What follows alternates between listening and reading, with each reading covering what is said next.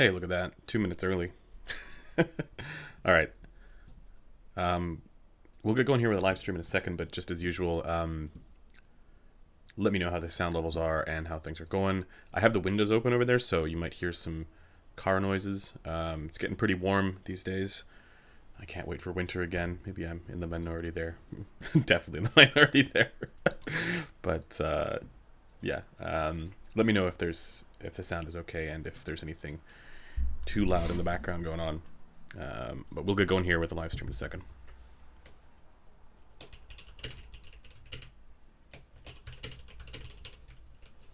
Just sharing the live stream link. I realized I'd already did a live stream with that thumbnail of the Sisvara, but it was a different image. So I just really liked that picture with the I think that's the Euphoria in the background. Not that I used those headphones off that amplifier, but it was just a fun photo. Okay, sound is good. All right, awesome. Glad to hear it. Let's get going with the live stream. I figure this time around we can dive right into. I don't have any particular topics. Like we could just go right into Q&A and just chat about some stuff. But if anybody hasn't seen it yet, we just released a video on basically the headphone project that we're working on. And so if you have any questions about that, I'm happy to answer them. I will be doing more like in-depth videos on that topic in the near future. I'm not sure exactly how frequently I'll do it, but at least monthly. That's sort of the goal there with that. So there's things that I'll be able to answer here in this format if you guys want to chat about that, but also things that I'm going to save for more in-depth videos on that topic as well. So with that out of the way, let's get right into the Q&A. As usual, there's links in the description for... Wait, did I put links in the description? I think I did. I think I put links in the description for if you want to see the measurement database that exists right now on the community forum, and also my headphone over-ear headphone ranking list, which is linked there as well. And as always, stay tuned to the review section up on headphones.com for more reviews and all that kind of stuff. So let's get into the live Q&A. I see here, audio good, loved your tweet. Are you getting a new stinky? I maybe we'll get another one of those in. Maybe we'll do like a cat ear headphone tier list at some point. Goedemiddag van Nederland. I think that's what you're saying. Good day to you as well. Good midday. Looking forward to Munich. Yeah, likewise. I think we're gonna hang out. I think that'll be awesome.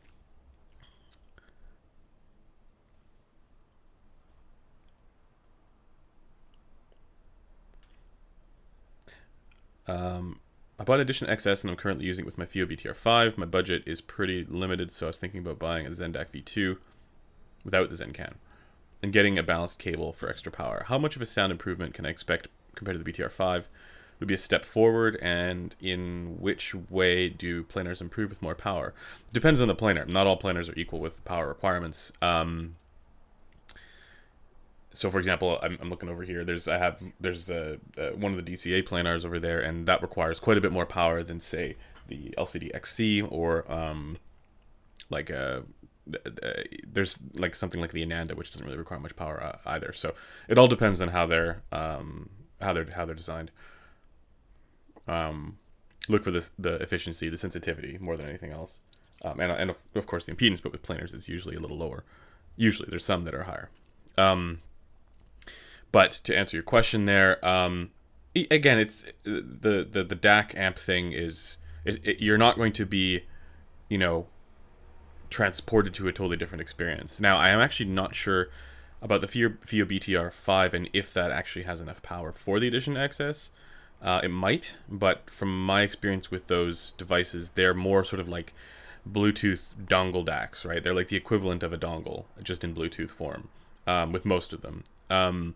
So, yeah, and the Zen DAC, check the power that the Zen DAC has. I'm not sure how much actually it has. I don't think that's that powerful either. But what you can do, like, I mean, you bought an Edition XS, and I mean, I think the Zen DAC is a fine choice, um, for a DAC, if you're on a budget, and I think it does have the X bass function as well. You can just see how that is, and then in the future, you can always upgrade to a more powerful amplifier. But a lot of that is based on the kind of volume that you're looking for as well. So, but don't think that buying a standalone DAC or standalone DAC, a standalone amp with lots of power is going to magically transform things. There are benefits, but it's not proportional to cost. In my opinion. I mean, I know there's people who love to get into the source thing, but that if you're on a budget, I wouldn't really worry too much about that. But mainly, I would say check to see if the BTR5 can even handle if the BTR5 has enough power for the Edition XS, because if it doesn't, then you wouldn't notice a difference. Yeah. You also can't wait for winter again. Yeah.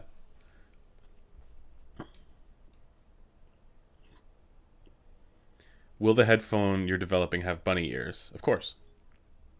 That's how you get the detail.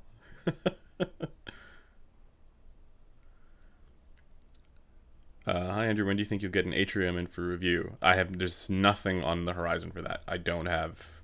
Uh, Zach hasn't gone back to me yet, so yeah, maybe I'll reach out again once there's more in the wild. But yeah, I don't have anything immediate for that. I think DMS has a review of it coming out on his channel sometime soon, though.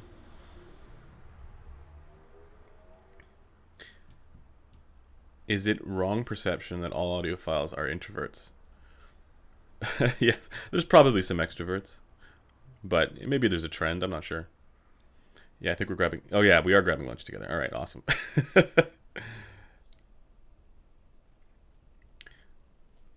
Yeah, maybe we'll do a video.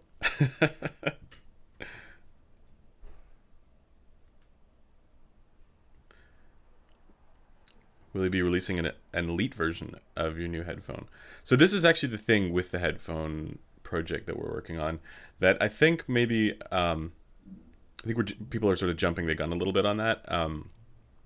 And I probably should have clarified this or made this more explicit in the video, that right now this is like the goals of this. I did mention it, but I need to emphasize the goals of the headphone development project are for the research benefits, right? To learn how all this stuff works.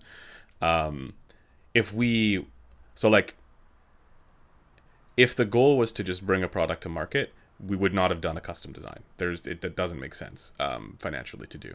Not in our position, right? If we're just getting into it, like the best way to do it would be to go with an off-the-shelf dynamic driver, because those are like about 10 times less expensive, like the ones I'm thinking of, than planar drivers. So, or maybe not exactly 10, but it's meaningfully less to go for an off-the-shelf dynamic driver, and then just work with the tuning, build a housing, that kind of thing, and we could have done that.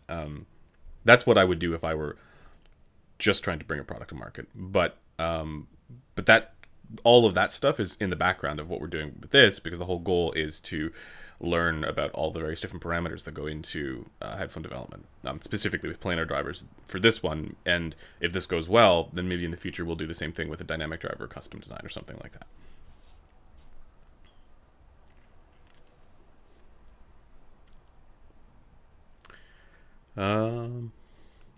Is the headphone project going to be open back or closed back? Open, or both? No, it's going to be open. I mean, this is the thing, right? Like, we kind of approached it from the perspective of let's not reinvent the wheel. Let's not do anything that is like super crazy. We're going to go with basically well understood stuff, and just sort of inject my subjective evaluation into it, like my subjective sense of, okay, is this good, is this bad, including kind of the tuning preferences that I like. So, which, I mean, there's some headphones that get pretty close, right? But like never quite there. And so, as somebody else was asking, like, is this going to require EQ? Of course not.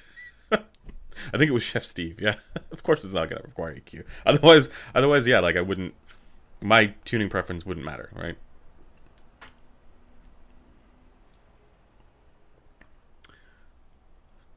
Yeah, so open back, over ear, planar magnetic.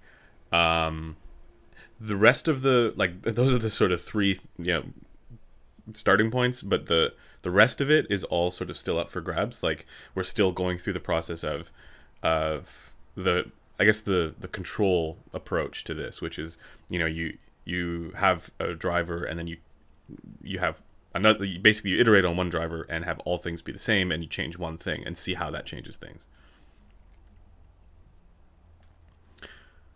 Is there any point?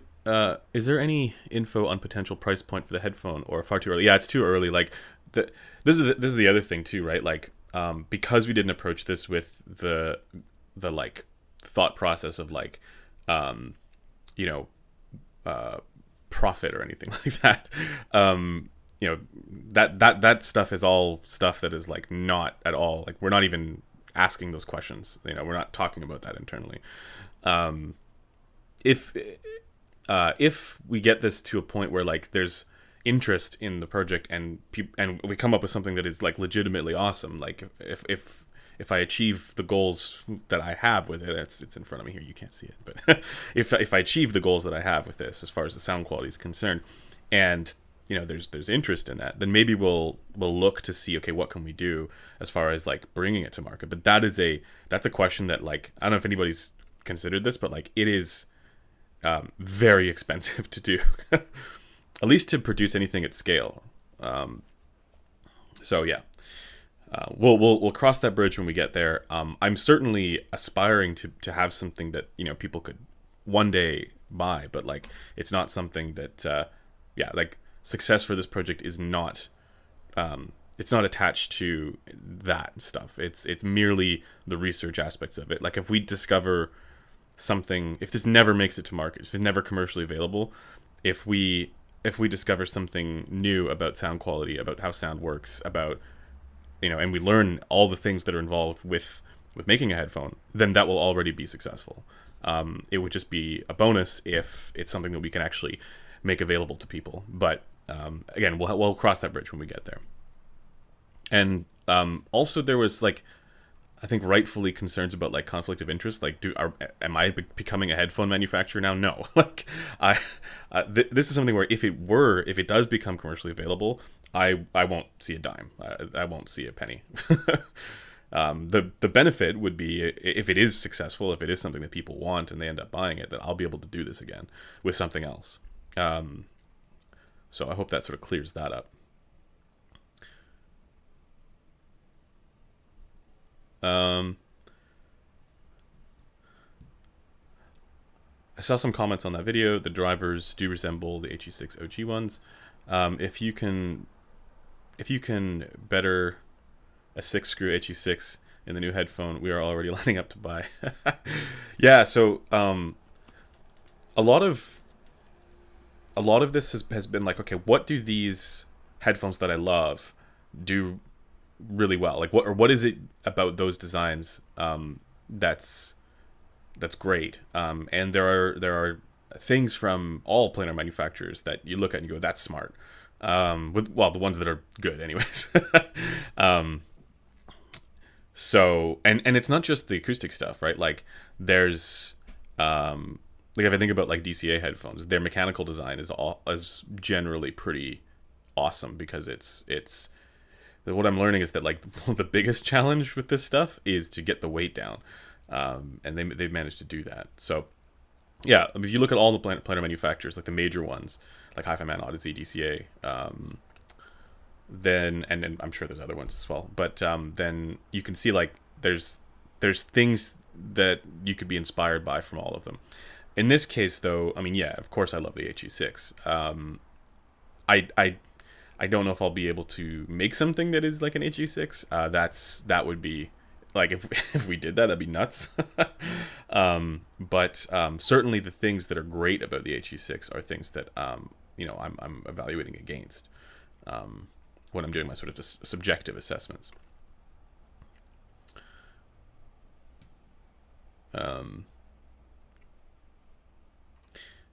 Like, it might be the case that, like, we come up with something that's like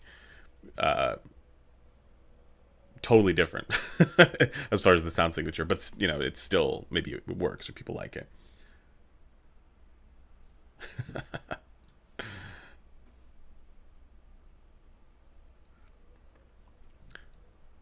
Bu- bu- bu.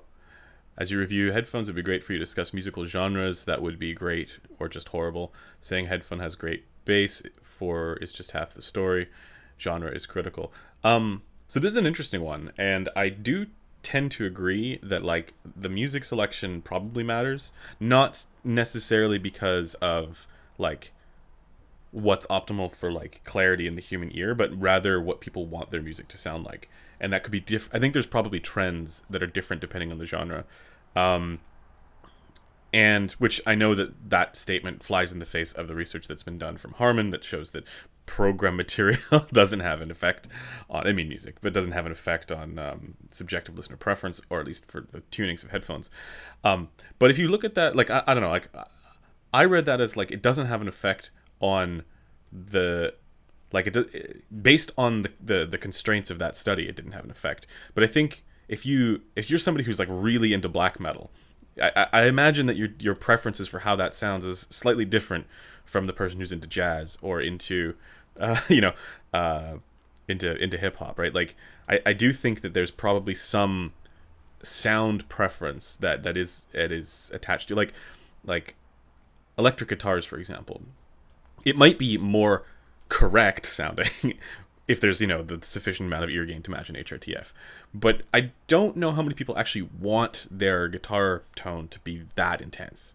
So I think, yeah, in general, probably a more comprehensive and thorough testing of that with like way more genres than what they actually, way more specific recordings that they actually picked in that research might yield a different result. Because that's the other thing, is that like genre is one thing, but within genres there are very different recording styles. Classic rock, for example, you have different recording styles. Jazz has different recording styles. There's also like music that's like really old that people love to listen to, and it's like, well, that recording is not at all the same as what modern recordings are like. So in the real world, when we're dealing with like not just optimally recorded stuff, there's going to be differences there. I think. Let's see. Let's keep going here. Um,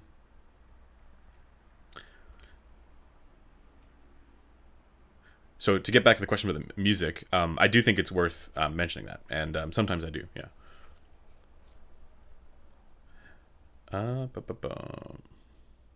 Can the iFi Go Blue 2021 drive the 2021 LCD XC to a good level, or should I get iFi Black Label Signature? Well, Jesus, those are very different and very different price points. I mean, yeah, you should be able to. Yeah, yes. The Go Blue, especially out of the balanced output, should have enough power for that. The LCD XC is not hard to drive.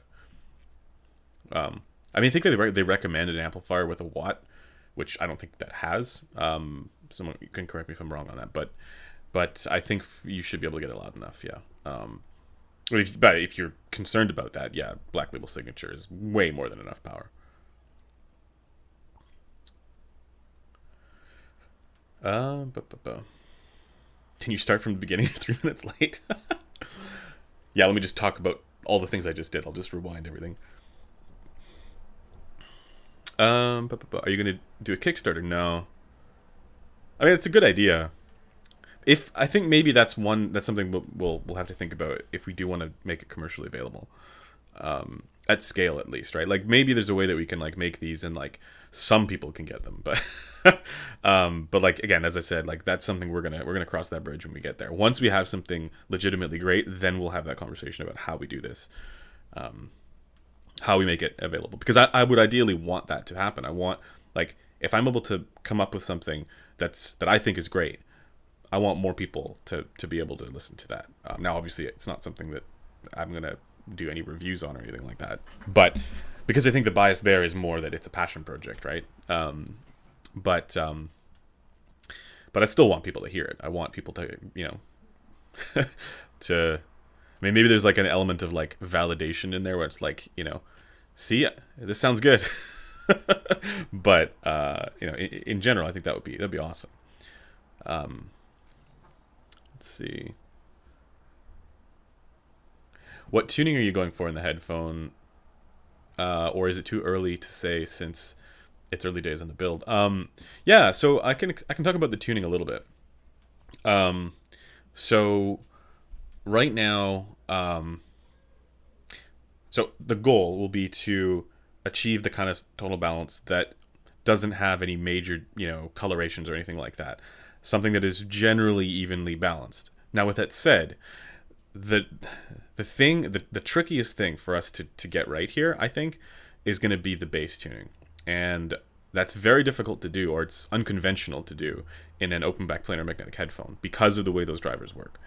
Um, and I so the reason why this matters is whenever I'm listening to planar magnetic headphones that have full bass extension down to 20 hertz, down to the sub bass, I generally add a bass shelf with all of them, like Odyssey, Hi-Fi Man, like all the open back ones. I add a bass shelf, and so one of the things that even at the very beginning of this project that I was like, okay, it really matters that we do this right, or that we get the bass level right. I wanted to make sure that it had a bass shelf. Now, at the time, I was not aware of the constraints that surround open back planar magnetic headphones when it comes to that stuff. And there's you're sort of limited with what you can do with bass tuning there. I mean, you're not totally limited in the sense that you can theoretically control the driver resonance frequency with a leak and damping, and you can theoretically get it to sort of rise up into the sub bass. The Sundara is a good example of a headphone that does that with a controlled leak, but it's very subtle.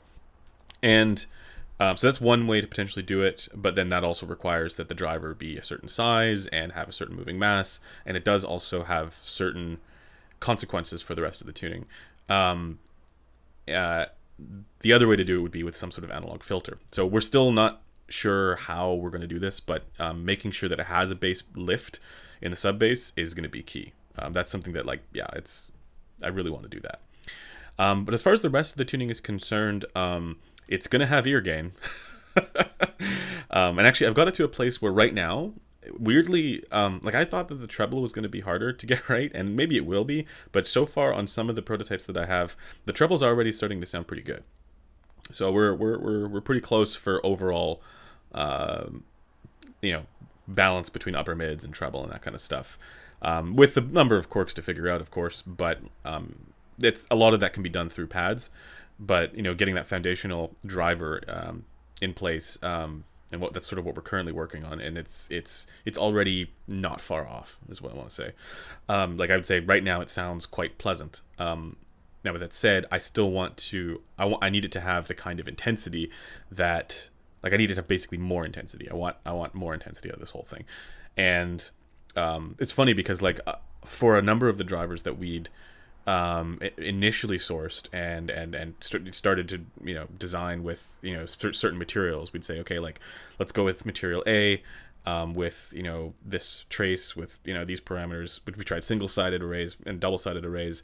Some of the early ones were not they measured well, let's say, for all of the objective stuff, reasonably. They had low distortion, and there was a reasonably low resonance frequency, and they had enough treble extension, but subjectively they just did not sound detailed. They were not, all the subjective audiophile nonsense stuff was not sufficient.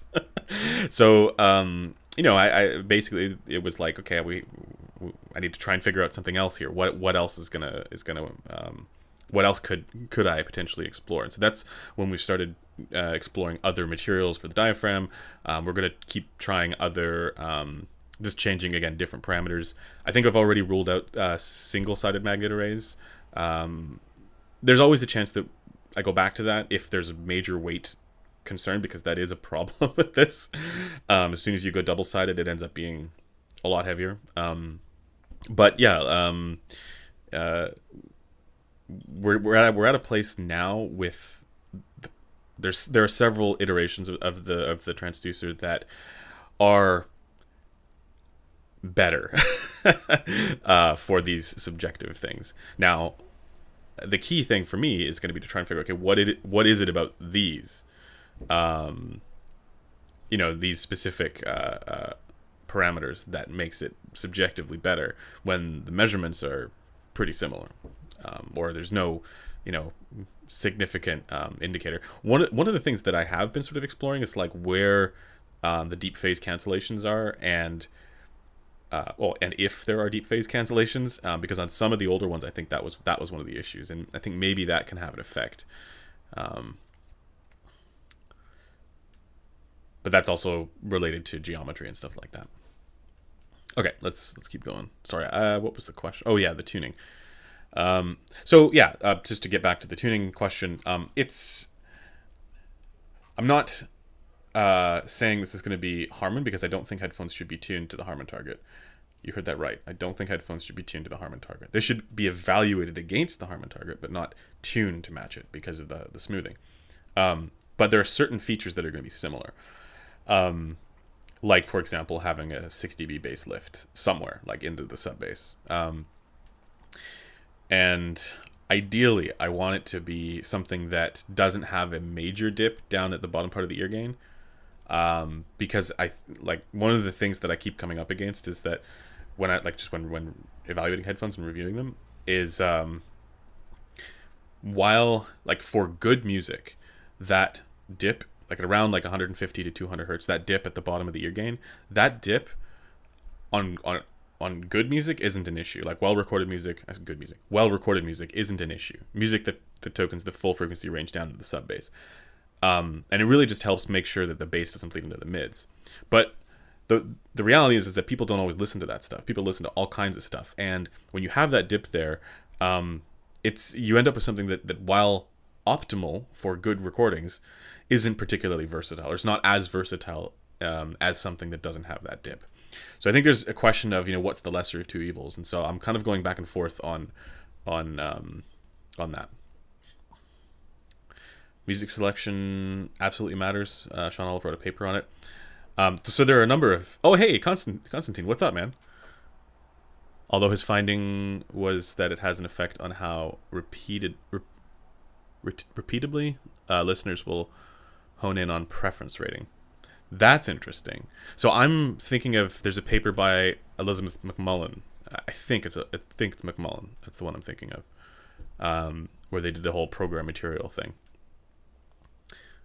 So I'll have to check out Sean's paper on that, if it's not the one I'm thinking of, because there are a few, if I remember correctly.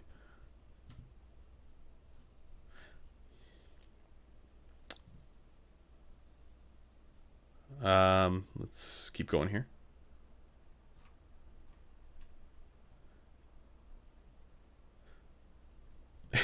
In one stream you mentioned Dimmu Borgir. I was so impressed with the diversity of your tastes.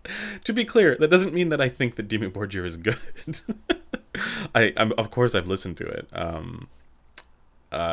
I will say, and someone's gonna hate me for saying this, but I will take Dimmu Borgir over Burzum any day of the week. Burzum is just crap. I guess I shouldn't say that too loudly, because those guys they don't mess around. To their credit, I think a lot of people kind of misinterpret the point of that stuff. The people who are like doing sort of critical musical analysis on it, they miss the point about the way that the recording style is. And so as a musical idea, there's something interesting there, conceptually, philosophically. But composition-wise, I have a hard time with that stuff. It's a little bit like, when I say musical idea, if anybody's familiar with like Steve Reich or John Cage, the minimalists in music, like 433, for example, that was a musical idea.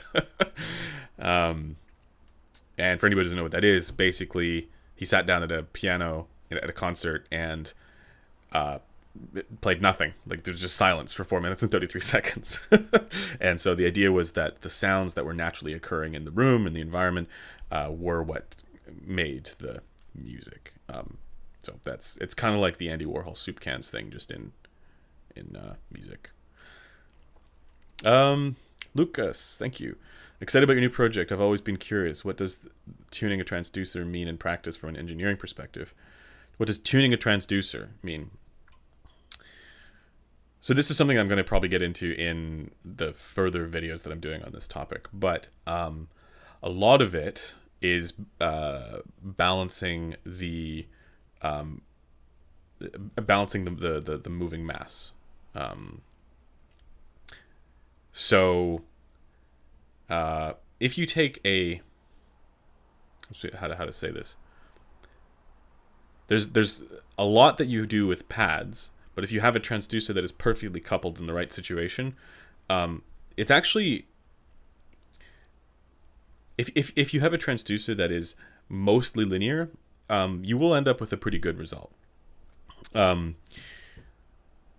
That's pretty much all I'll say on that. But as when we're talking about like moving mass, if you think about those high-fan transducers, right, they're very large compared to a DCA and Odyssey. That allows them to have much more bass extension without the need for coupling. And when you do break the seal, there's a boost in the bass. And that's all down to the transducer. But there are a number of different ways to achieve that, right? One is to increase the size, like those hi-fi do. Another way to do it would be to make the material heavier, or thicker, I guess. But oftentimes that would be then at the cost of the treble extension. So there's a number of different things that you can play with. There's a whole bunch of different parameters that you can play with. But I think ultimately it kind of boils down to answer that question as best I can. A lot of it is going to boil down to the same things that you would need to consider with dynamic driver headphones, which is stiffness and rigidity versus compliance. And so you're balancing all that stuff, essentially. That's about as best as I could explain it. But yeah, as I said, I'll get more into that in future videos.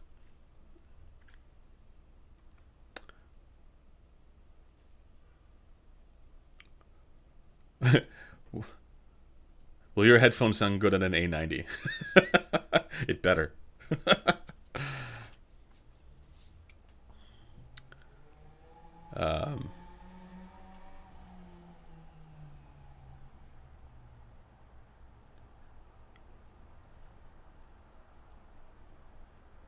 So I have to catch up here. If I missed your question, feel free to ask it again. There's always a delay with the streams.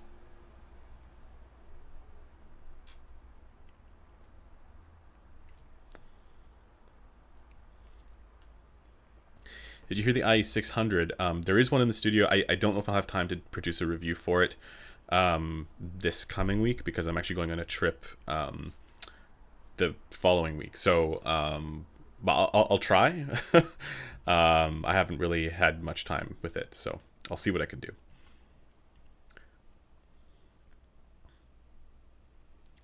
Is the LC2F still better than the 2C? Yeah, definitely.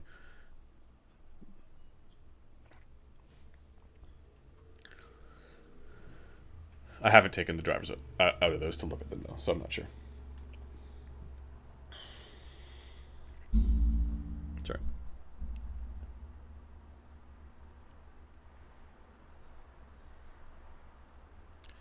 Does HA100S suck for bass? I'm not a huge fan of the bass on it, to be honest.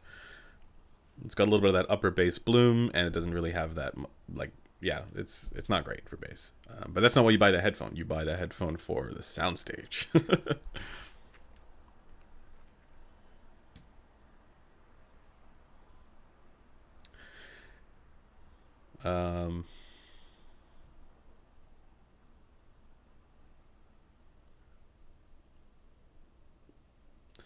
Are looks and design part of the research?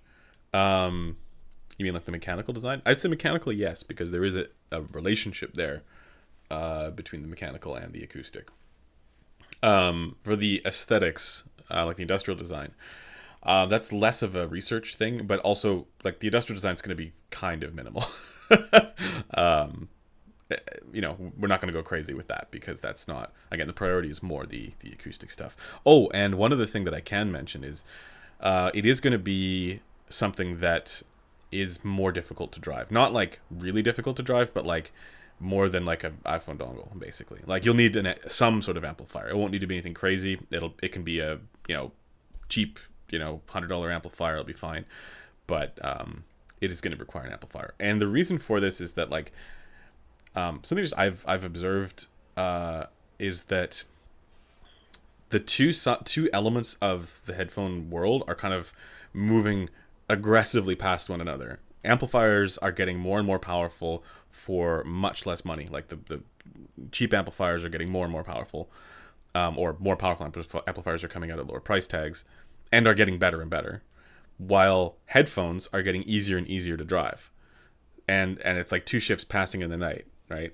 So with this project, we basically said, screw it. Like, let's make something that, like, let's not compromise on not that you need to compromise on this, but like let's not make any choices that are based on how difficult it is to drive, unless it's ridiculous, right? Like if it's like an HE6, right? Like that thing requires a ton of power to drive, and it's I wouldn't want to make something that like people can't use. Yeah, well, but with that in mind, it's something that definitely is going to require an amplifier.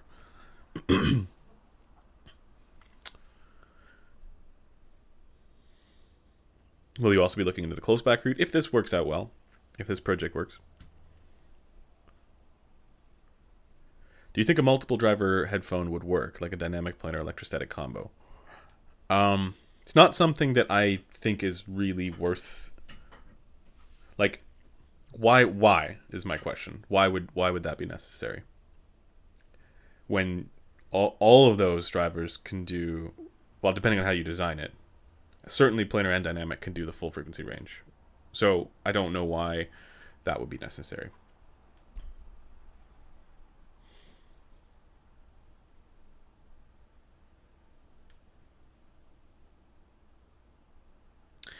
What would be the cost? Still working on that. Still don't know. Like the thing with cost is always a question, because it's like I can put a ton of effort into I can get the most best sounding situation here with the driver, right? We can make that happen, and then it could be like, well, that's going to cost you way too much to actually produce in something that's viable. So there's absolutely a need to consider that, but that consideration doesn't happen until later on, once we're at the point of okay, this is something that is great now. Let's see if we can take it to market.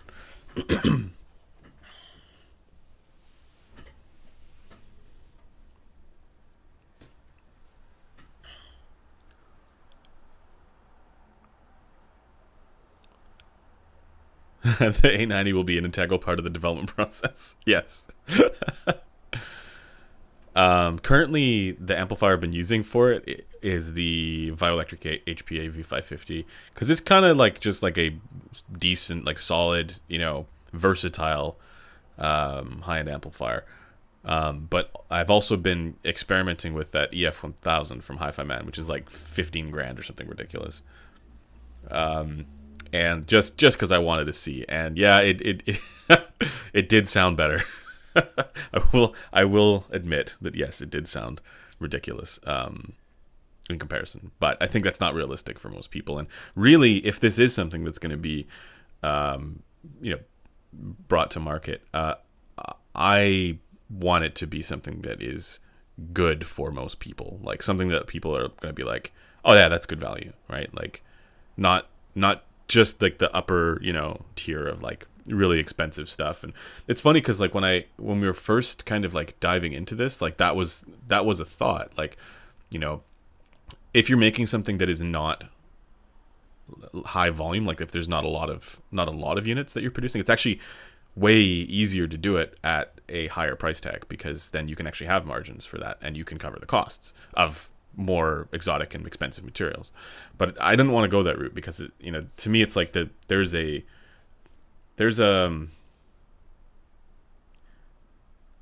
way to do this that is much more sort of grounded in what's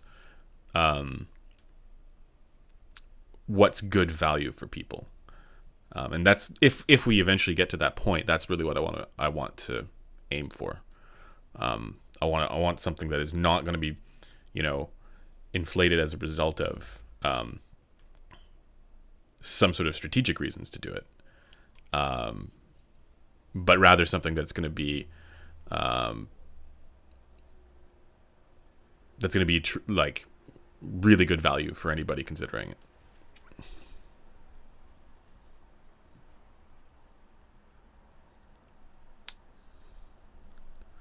Will you use wood on your new headphone? No. It's like all that stuff would be cool to do, but then the cost would go up, right? Like if you look at ZMF, right, a lot of the custom wood design, like that's not cheap to do. And also, like for this, it's like I said, it's much less about the aesthetic and more about the acoustic. Because for me, those are the interesting research questions, or the interesting things to learn about headphone development. You know, the acoustic stuff. What headphones do you like not as much as you always did? I think like what I used to. Um, hmm. Headphones that I don't like as much now compared to how I used to. Um,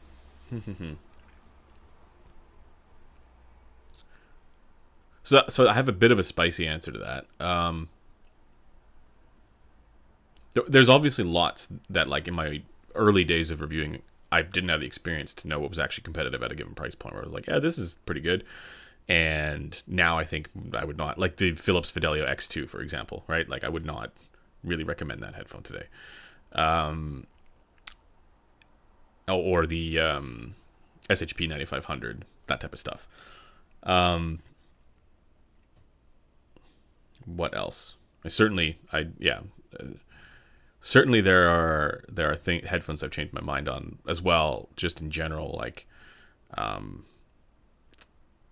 the AudioQuest stuff. Well, I never really was that into them, but I liked the comfort, and you know, I'd EQ'd the shit out of them. but I think that doesn't really, you can't really save those with the tuning. Yeah, I'm trying to think what else that I don't like as much. Okay, the spicy take on this is the Hi-Fi Aria. And it's not that I don't think it's great, because I do. I think it's just more suited to certain genres. And there are genres that I listen to where I just wouldn't listen. I would not choose that headphone. Like if I'm listening to rock or metal or anything that is like crap, you know, the Aria is just, got too much ear gain there for me. So, yeah.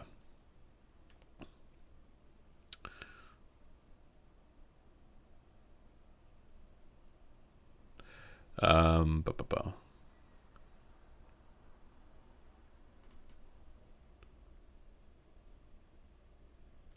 How do you feel about the possibility of your headphone project requiring a higher degree of EQ, much like Odyssey cans? So, like in my view, this is something that we're gonna do whatever we can to make sure that there's no EQ, like that you don't need to EQ. With that said, it's not like people shouldn't EQ it if we make it available, right? Like it's not something that like you know, it's definitely gonna be not EQ required. I think that sort of would defeat the purpose a little bit of doing the tuning.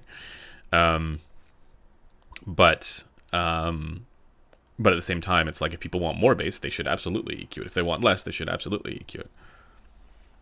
That type of thing. I also generally don't recommend EQing stuff above 5K. So that stuff is like all going to be different depending on the person.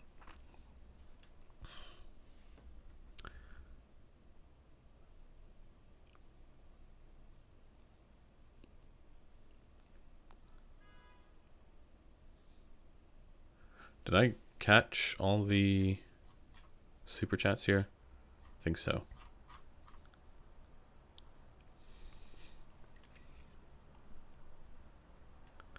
Oh, there's another one. Thanks, Jason. Endgame headphones for bass texture and slam. To a certain extent, those Abyss AB1266, the Focal Utopia. I mean, the 1266 is like a pretty weird tuning, but like It does. Its party trick is the bass. The Focal Utopia, I think, is one of the slammiest headphones. Um, what else? If you EQ an LCD5, yeah, LCD4, someone said as well. But if you can EQ an LCD5, that's also up there. Um, so yeah, it all depends. Like, I don't think it's as simple as saying, like, I only care about bass, therefore this I'm looking for the most best bass in a headphone. Because even if something that has great bass, like, there might be some things that are out there that have amazing bass, the rest of the tuning is so weird that it doesn't matter. So I would say, think maybe as critically as you can about, like, what else you're after in headphones, and then make your decisions based on that.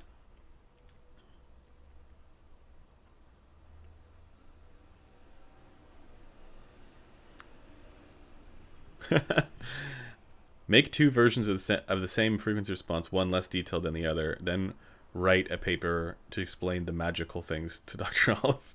That's a good experiment. So there is an element of that, yeah. We haven't really, like, it's difficult because, like, if you have two different drivers, right? One of them sounds detailed, the other one not. If you EQ them to the same result, the super fine grained stuff is still inevitably not going to be identical, because it is nearly impossible to actually EQ that. So, and then if you do this acoustically, if you whatever you change, for the whether you're talking like the material, the diaphragm material, or anything like that, you're also then not guaranteed to get the same frequency response. So that question is a very difficult question to answer. Certainly you can do it with coarse grained results, but I don't think that's then you can basically just kind of wave that away and say, well, the fine grained results are not identical because they can't be. So you end up with a difference at the eardrum anyways.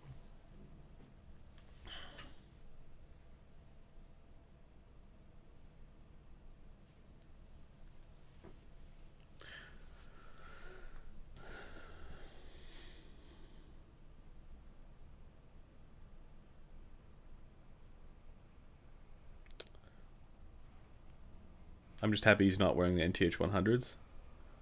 I'm happy Amazon refunded me on them. Yeah, they were just very muffled sounding to me. I don't know. I don't understand how people like those. Um, yeah. What amp/DAC are you using to tune your headphones? Does it matter? They all sound the same.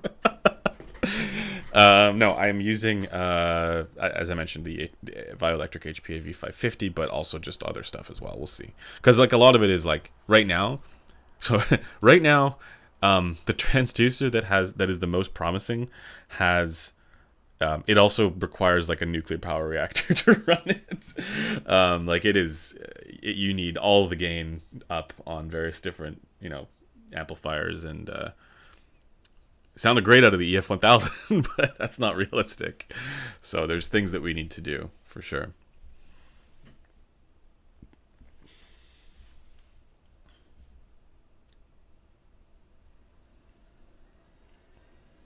IER Z1R has good bass. Certainly does.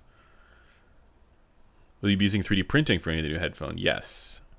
For the cup pieces, at least initially, So the thing is, I have it here in front of me, but I can't show you guys because I'm using a headband that is not a 3D printed one. It's like an actual headband that exists somewhere else, and I don't want to, like, be like, yeah, we took this headband, because it's not.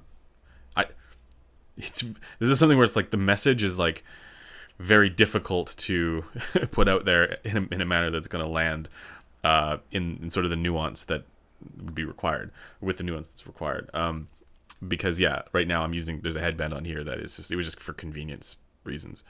But the cups are currently, yeah, we're 3D printing the cups because it's just easier to do, and there's a pad mounting mechanism on there.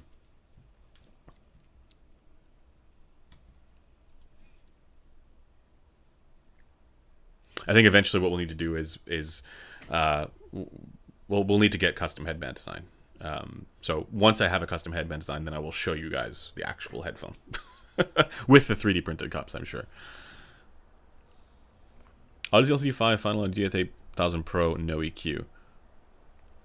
Focal Utopia. No, I'm serious. Like, or Sesvara. Like, if you're in the no EQ gang, most high-end planars are challenging. The LCD5 is fine if you for the tuning if you are okay with very mid forward presentation, especially in the upper mids. So I think actually in many ways, in some ways, the D8000 Pro, but the D8000 Pro, I would say requires more EQ than the LCD5. But you know, with the D8000 Pro, D8000 Pro is a lot more similar to like the HD100S for the type of general bounce that it has, where it has that shifted ear gain, or it's this way, up towards the treble, away from the upper mids. Whereas the LCD5 is like the opposite. It's like all upper mids and the treble is subdued. So I think the more correct tuning is definitely the LCD5. And it really doesn't require that much EQ. But if you're in the no EQ gang, that's a tough question. I'm sorry, I can't really answer it. And I'd honestly recommend the Utopia or the Sesvara over both of those if you're in the no EQ gang. I think I did. I think it's on my ranking list. Gil, thank you. With some of my IEMs, Unique Melody Method is one, I find tip rolling makes a huge difference in what I hear. Do pad mods have anywhere near the same impact on sound changes for headphones? Thanks. Even bigger, because with tip rolling, the biggest thing that you're changing is the fit.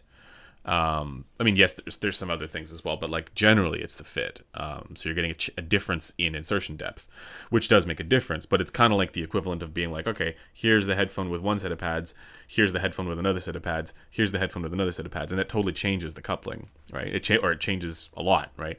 So there's that with headphones as well, right? How the coupling is, the fit. But there's also the density of the foam. There's also whether you use perforations.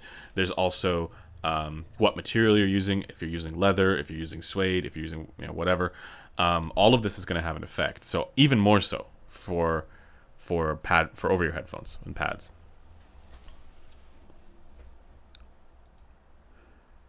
I listened to the D8000 Pro for the first time yesterday, and it made me tear up when the cello in Welcome Home Sanitarium by Apocalyptica came on. Good choice. It made me understand the people buying Summit. Yeah, I mean, it is definitely on that level. But the tuning is one where it is definitely more treble focused. Yeah.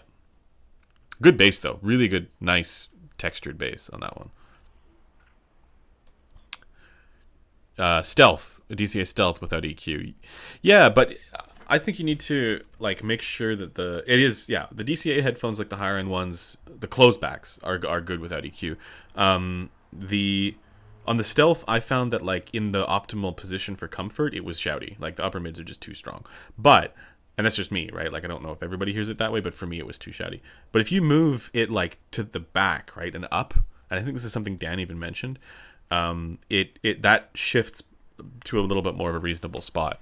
It's just for me that where the way the fit was made it shouty. So it's going to change a little bit depending on the person.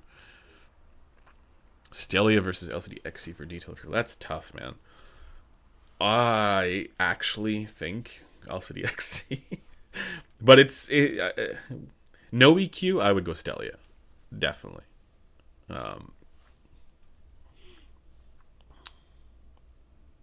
With EQ, like, and when I say EQ, it doesn't require a lot. We're talking like 3 filters, really, at most. You can always do more, but adding a bass shelf and then kind of smoothing out a little bit of the treble, but that's it.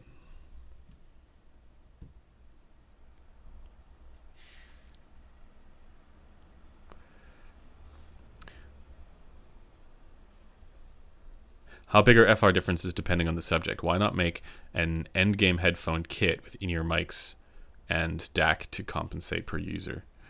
So actually, it depends on the headphone, weirdly enough. I think that's what you mean, right? Like by subject, like the person.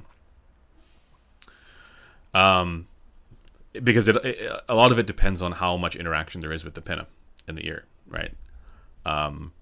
So some headphones would have a much bigger variation, others would have less.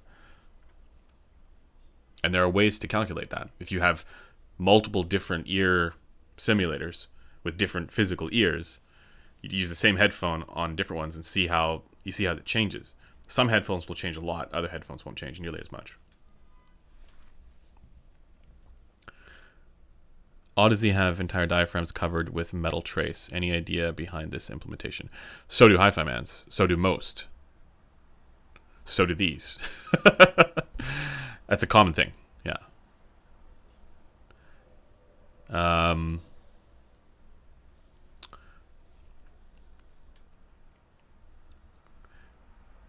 Yeah, like, it's funny though. Like, I do notice like there's differences in. So the one I'm working with right now, I'll do a more in-depth video on this. There's two that I'm currently evaluating and testing stuff with. One of them is uses a gold on a PET material, and the other one uses gold on a PU material. So it's kind of more like a rubber material. And the idea there was for compliance, but I'm not sure we're going to actually go with either of those. But what's funny though is that those visually look very different as far as like where, like, you can't even see the trace on these gold ones, but on some of the older ones that we were doing, not that older, just different, it was like, I think we had one that was like aluminum and one that was silver, and you could see the trace and you could see the switchback on it. So it depends on the materials for how visible that stuff is. Majid, thank you.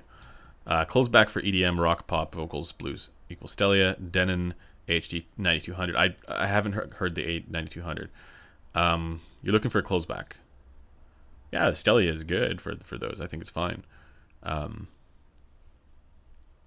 Also consider the LCD XC with EQ. But it is heavy, as someone's saying there. But comfort is important. Yeah, it is a very heavy headphone.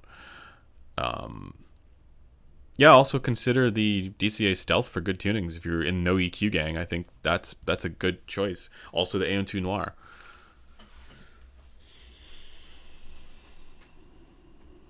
Yeah, way too heavy. Yeah, exactly.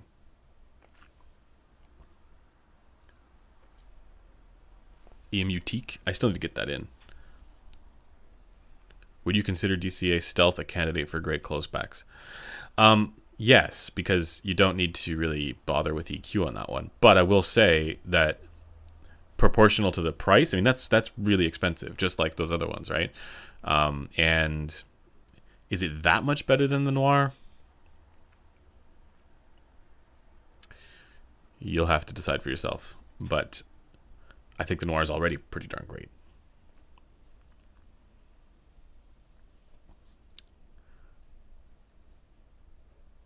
I got into an argument with some people who think sources... oh, what the hell? Okay, sorry. Weird stuff happening. I got into an argument with some people who think sources don't make a difference because they don't show up in FR. Are there any way to show the sound of sources with graphs? Not yet. Nothing predictive, unfortunately. But also, like, that question about sources is not conclusive because people aren't doing controlled testing on it. Including myself, like, well, I want to do the ABX thing. We're working on it, but it's not ready yet. Now, I can tell you that, like, when I listen to the Bakun or whatever, that it sounds meaningfully better than with the Sysvara than if I use a Magni 3 Heresy. But that doesn't prove or demonstrate that there's a difference. It's just my subjective take, right? So, in order to prove it or in order to demonstrate it, you need to do this in some sort of controlled environment. But from a data perspective, there's no specific indicator that there is a paper on distortion and how that correlates with listener preference. That's different from the one from Steve Tem and Sean Olive, and I need to talk to Blaine a little bit more about that one. But that one is apparently, I forget who it's by, but that one is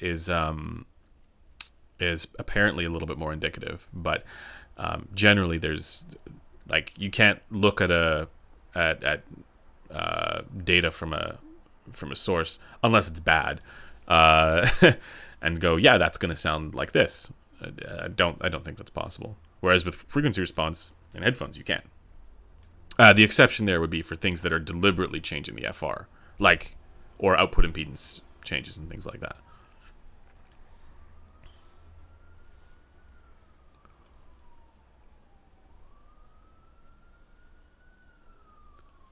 Best headphone for full immersive in movie and gaming. Does your video with bad seed text still hold true? What did I say there? HD100S? You can hear the cops. They're out to get me. It's the headphone police. For gaming, for competitive gaming, I think... Jesus, that's loud. I'm sorry, guys.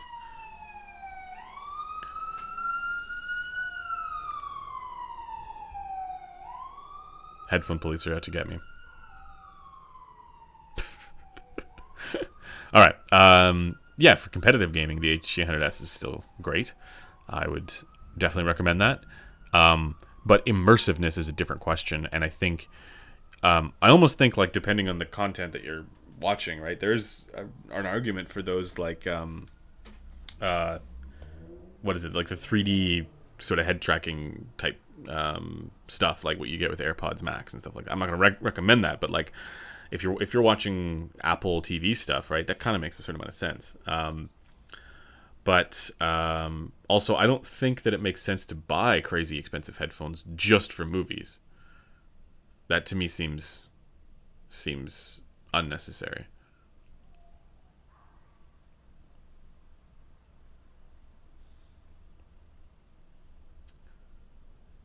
Does the stealth require heavy amplification? Yes. Not heavy, but like some. I mean, this is the thing though. Most amplifiers that are coming out these days have enough power. So, what are the top 5 amps you tried with the Utopia and Sysvara? Price not a concern. Have you heard the Endgame amp? Thanks for live stream. So again, I continue to say this like every live stream, that like the chasing the amp rabbit hole, I suppose it does make sense when you're, talking about like Endgame headphones, right? Those are the two headphones that you've settled on, right? And I agree, they're my two favorites as well, right now at least. But do you need to buy $15,000 equipment for those? I'm going to say that's probably not the best use of that money. So for example, with the Sysvara, I've listened to it off of the EF1000, but that's a $15,000 amp. It's in that list, I'm sure. The Enlium, or no, I haven't heard the Enlium, but I heard the Amp 13R from Bakun. That was definitely up there for me. The Rebel amp, excellent. It's not expensive. I don't know if you can still get that anywhere. The IHA6 is great with the Sysvara, but only the balanced output. Otherwise, I don't really recommend that amplifier. With the Utopia, I don't recommend it at all. With the Utopia, I really liked it off the Forge. Just make sure you don't run it off of the 300 ohm out. But also the Amp-Sense Kenzie with the 32 ohm out is going to be great with the Utopia, because it sort of down tilts the whole thing and gives you that sort of warm presentation because it's an 80 ohm focal. What else?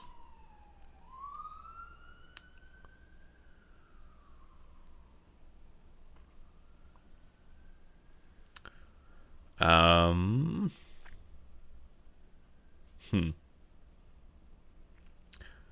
mean, to a certain extent, I think that Ferrum stuff is probably good, but I haven't spent enough time with it to really make an assessment. So, really, guys, if you're asking about the amp stuff, that stuff we'll get there with the evaluations of that. But right now, I don't get too into that,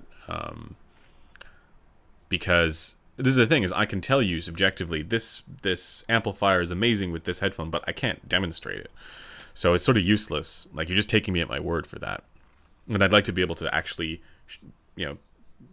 conclusively say, this is better for this, and I'm not influenced by any slight subtle differences by volume or output impedance or any other of those potential factors.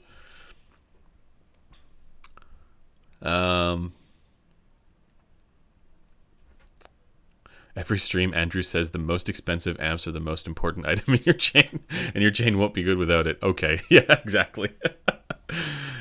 uh, yeah, it's funny because I was actually even just recently watching a video that some guy was talking about like your headphone system and your chain and all this stuff and like how all this stuff matters. And I'm like, does it really? I'll probably say it matters, but like, you know what really matters?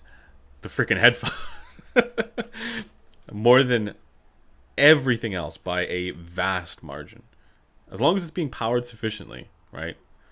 As long as your equipment isn't broken, the headphone is like 90 something percent of the sound quality. I don't know, quantifying that stuff's stupid, but like you get what I mean, right? Like it is just nowhere near close to being proportional for amps and DACs for the price.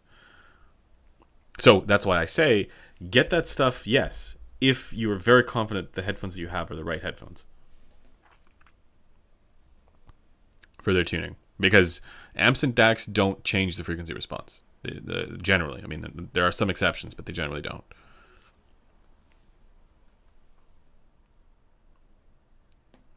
Read the measuring sources question. I tried to A/B volume match tests, and there are obvious differences to me between, say, IDSD Neo and Zendac.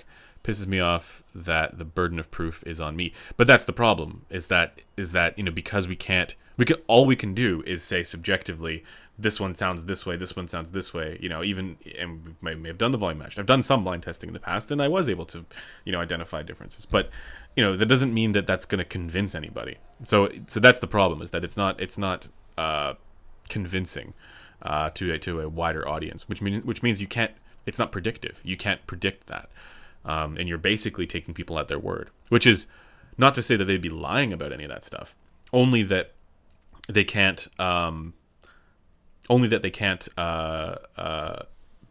Be sure that they're not influenced by whatever framing effects that might exist, confirmation biases, price, narratives, all that stuff. Peter Zhao, good amps DAC combo for under 1.5k. Stop asking me about amps and DACs. I'm not the amps and DACs guy. Oh god, now everybody's going to be trolling me asking me about amps and DACs. I'm telling you, it's not. I'm not that guy. I don't get into that stuff. For that, you're going to want to talk to Golden Sound. Or somebody else, right? Like somebody who gets into that stuff more.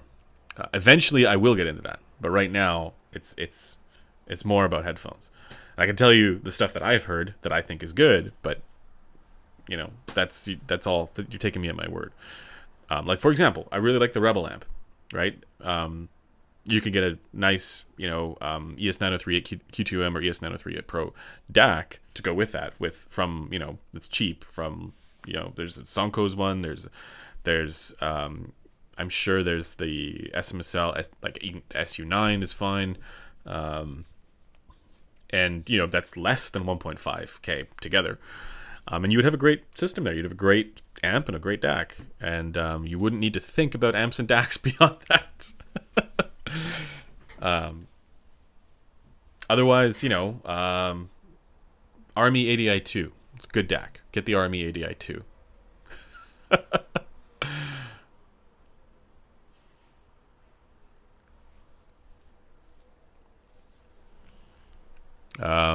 Get the Ferrum. I don't know. I can't remember what the names of the new ones are. I need to try them. I think they're a bit more expensive though. But as an example, like what am I using for an amp and a DAC at home?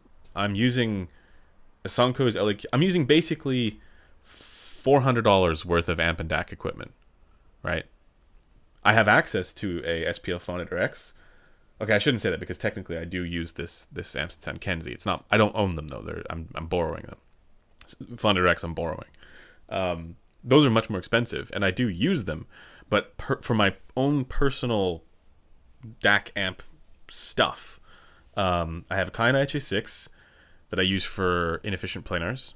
That's the only function that this amplifier has, and that's like a $500 amplifier, I think. And then I've also got there's a I can't remember how much this LAQXD1 is, but I think it's around 200, something like that. And then there's one of the THX amps. So it's not we're not talking about like the last word on high end amps and DACs here.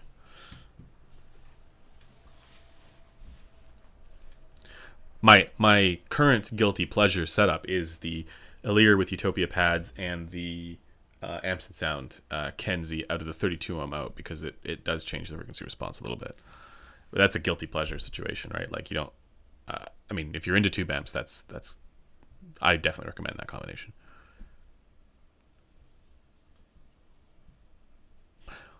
Uh, pa, pa, pa. The better the headphone is engineered, the less it should be amp/DAC picky. I kind of disagree. HE6 is very amp dependent, but it's also one of the best sounding headphones. So I guess it depends on what you mean by engineered and what your goals are for engineering. Because you could also create headphones that don't change at all, that have a horrible frequency response.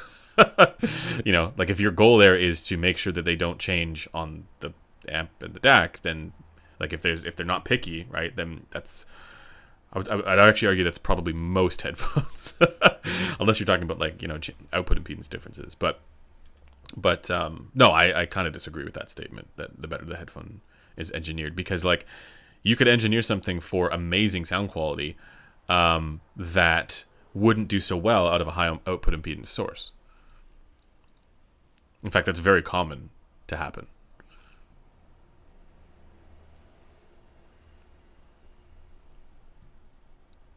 There's another question here. I wanted to ask, when I watch precog reviews, IEMs, he often refers to a very specific section of a song having a 5K peak, 10K peak, so forth. How does he say that with listening song on a measurement rig? What? No. No, he's not doing that. He's saying when he's listening to a song, he hears a strong 5K resonance out of the IEM, right? Or a 10K peak or whatever. It's the same. I do the same thing. Where we're listening, you can actually hear those peaks. You can hear, like, I'd actually say, like, the more you do this, the easier it is to identify that stuff subjectively. Like when you hear a 6K peak, 5K peak, like that stuff starts to become quite a bit more obvious the more you do this. Like even for me, like a 5K peak is probably one of the easiest things to pick up on. Also, an 8K peak is pretty easy to pick up on.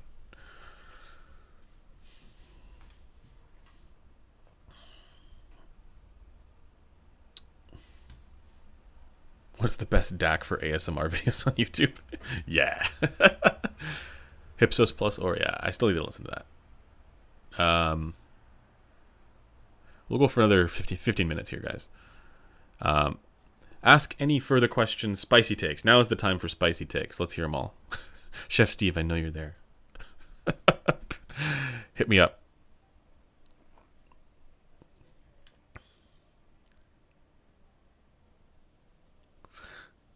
You've been looking to upgrade to a treble forward headphone and was wondering if the HD100S is worth it over the DT1990 Pro.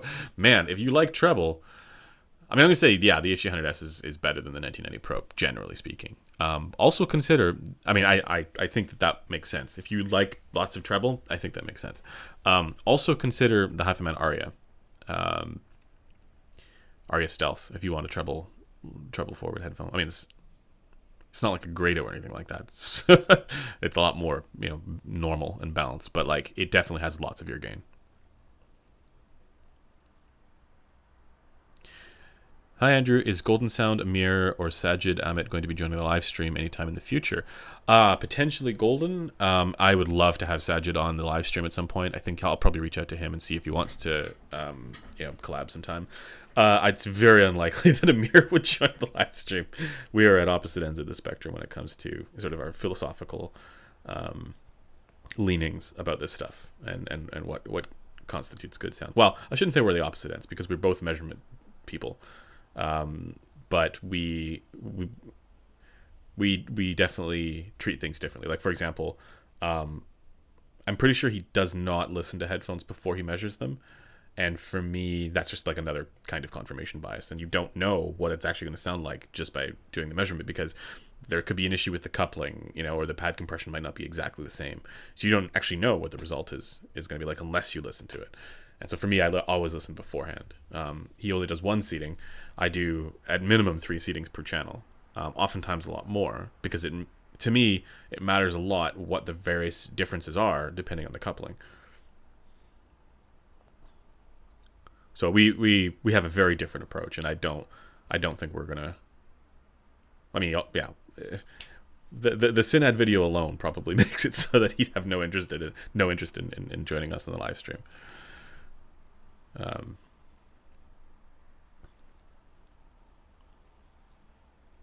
Although I will say, when he tried to discredit me, he pulled an excerpt from an article that I didn't write.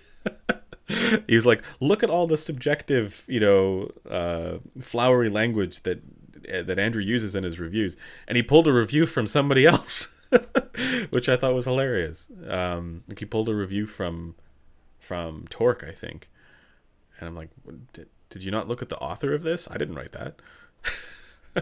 So he's definitely done a lot to try and discredit, some of the claims some of the, positions that I have on this stuff. But from what I've seen, I haven't really seen a willingness to sort of engage with any of in good faith at least, any of the positions that, any of the ideas that we put out there, right, about things that we're not really analyzing frequency response in terms of, for example. So if he is interested in having those conversations, yeah, then I'd love to, do something there. But I just don't think he is.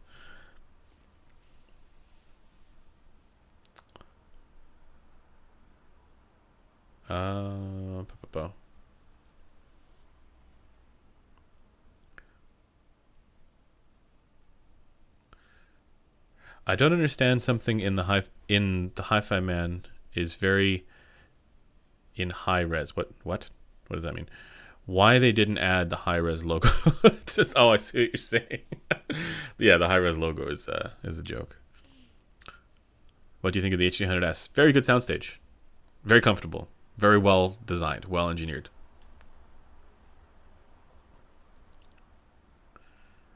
The AB12, the 1265 Phi2C is great because it does not adhere to Harman.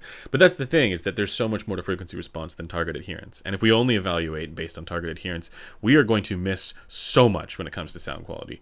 Because also we're going to miss so much about what frequency response is and what's contained within frequency response. We're not even bothering to exhaust that question or ask that question, what else there is in frequency response, because we're only looking at a fine-grained frequency response result of a headphone versus a very highly smooth target. So for the same reason I mentioned in that video, it's like we don't know what the various different fine-grained target should be, the fine-grained results should be for any individual above 5K. So using a highly smooth target there is like, at best, just, this is going to sound not wrong to most people. So don't throw out the Harman target because of that, right? Like it's a known data point, it's a known reference point. But also don't think that that's everything needs to perfectly match, that's a perfect indicator of good sound, because it's not. That's not how that works. Even if you read the research, it's like read the segmentation paper, read the cluster analysis that's done, and you can see where people fall and how it's literally a cluster analysis that's done. So that's the way to treat this stuff, is that it is a predictive preference system. The whole thing is about finding the average there, and it makes sense. I mean, that's basically a kind of neutral. It's the closest we have to a known reference point for neutral, but not perfectly matching it. Just how things measure in relation to that. It's up to you to know, okay, I want more bass, I want less bass, I want more treble, I want less treble. And then disregard all the fine-grained stuff above 5K. But Amir is into EQ and loves the Harman target. Maybe you could have an EQ battle. Yeah, but please don't put me in the same camp there, because like the way that I did a video on this, actually, the way that I EQ stuff is very different. Although I was encouraged to see some of his comments on that in some recent reviews that he did, where he did not recommend EQing about, I can't remember what exactly the wording was, but like he was a bit more picky about a bit more careful about EQing stuff above 5K, which is good to see. Because I think a lot of the sort of followers there I've seen this, they will go to great lengths to get an EQ of a headphone that they have to perfectly match the target, and you should not be doing that. You should not be trying to make that happen.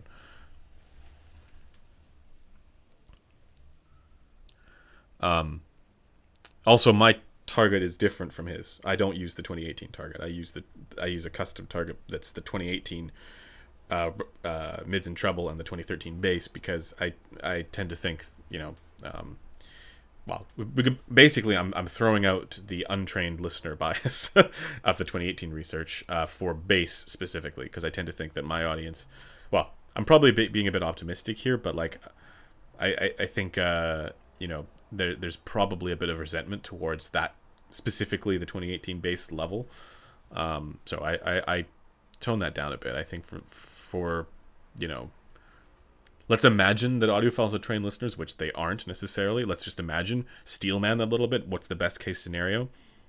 Probably they're okay with a little less bass than the 2018 target.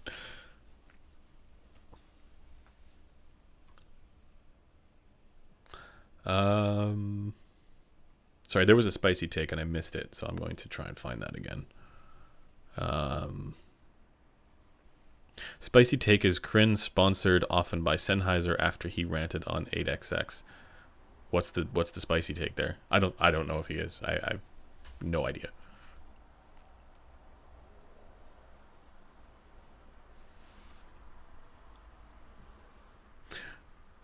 Okay, also, like, okay, just in general, like, we are way too quick in this industry, not just the people who are enthusiasts and in the hobby.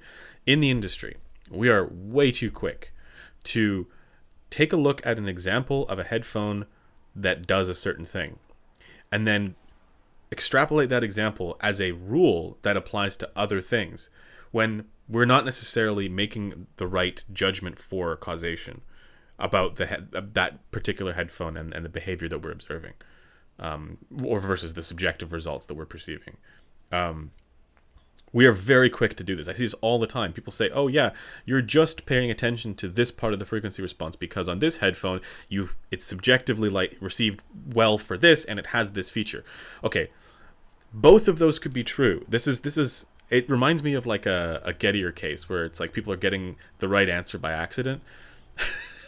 This gets into the philosophical stuff. I've talked about this in the past, but it happens so frequently where people will they will attribute the right thing to the wrong reasons. They will indicate the right thing for the wrong reasons. We can do all the same things. Like, we can talk about dynamics, right? It can go the other way too. We can say, oh yeah, this headphone, it slams really hard. It's got really good slam, but the bass level's the same. Okay, but if you measure that on individual people, maybe there's a coupling difference. Maybe we have a situation where where the seal is broken and you're getting a bass lift in a planar magnetic headphone, for example. Maybe the reason why the Sundara is subjectively received as better than the Ananda and some of the other egg-shaped hi-fi man headphones for this quality is because of the air gap that you get, and therefore the bass is lifted a little bit. So maybe there is a correlation there, but we're not making it because we're saying, oh, well, this is just an example, and therefore, this is indicative. And really, we need to be way more careful about, correlation and causation, right? And we're making judgments about things that are merely correlations and assuming that they're causation, and that's not necessarily the case. So I see this I'm just noticing a bunch of comments there as well. And it's just like we haven't been able to demonstrate any of that, all we have is a hunch, so we can't be making these judgments about it. So for the same reason that, like, what I just mentioned about the Sundara could be true, so too could be, if someone says, oh yeah, the mid bass or the upper bass elevation is the reason why you hear it this way, so too could that be wrong.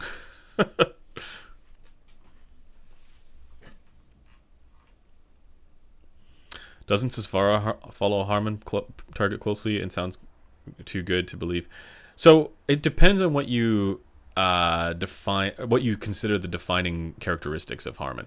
If it's a bass shelf, then no, the Susvara doesn't have that, right? But if it's specifically the ear gain, then yes, then it does. But here's the thing: that ear gain thing, that's not Harman. That's literally head-related transfer functions. That's literally the way your ear works, the way the human hearing works.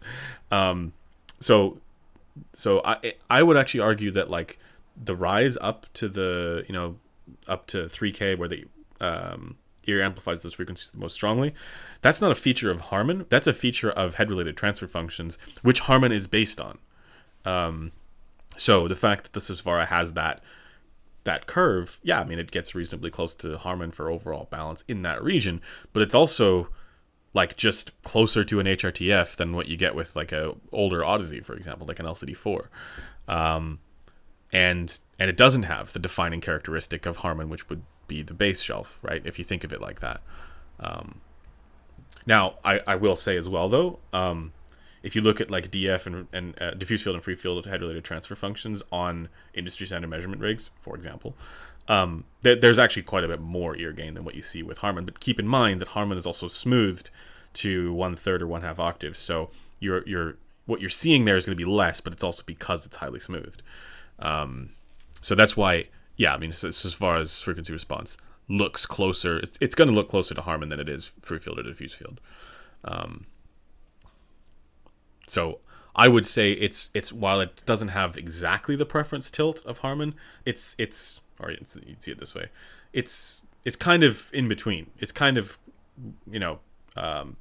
it's very similar in, I guess, the mids and the treble, even if it's not quite at the same in the bass.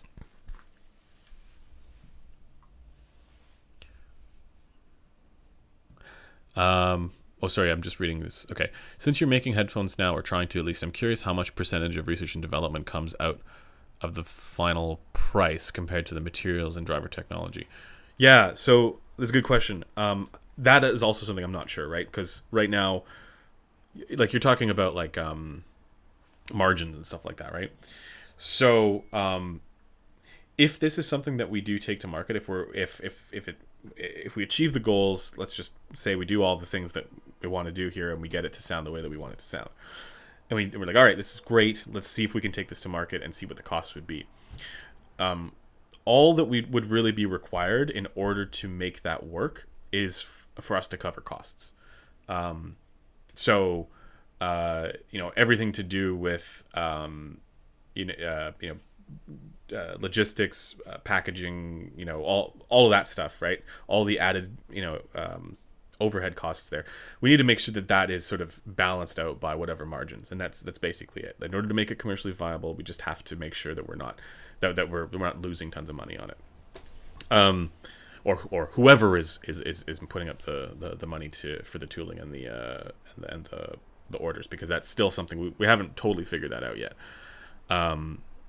So yeah, that's the goal will be, if we do bring it to market, to make it something that is not, or to make it something that is definitely as proportional as possible with with sound quality for price. Like, and simply put, like I wouldn't want to release something at a price like, if we achieve something that's like amazing, right? It's like really good, which, I mean, it's hard to do. This is not easy. But if we do achieve something that is truly amazing, I'm not just gonna like, increase the price. I'm gonna make like, oh, this costs $5,000 or something ridiculous, right? Or even like I wouldn't want to sell anything for higher than $2,000. But all of those decisions are not mine to make, right? Because I have zero financial stake in any of this, right? This is merely a research and development project, and I'm pointing at transducers. And it's an opportunity for us to learn. So we have a bit of a lab set up. We're doing a bunch of testing and changing parameters, and that's all it is at the moment. And eventually, if it is something that could potentially be viable, then we'll figure that out. We'll see what we can do. But I'm very confident that if we do that, it's not going to be something exorbitant.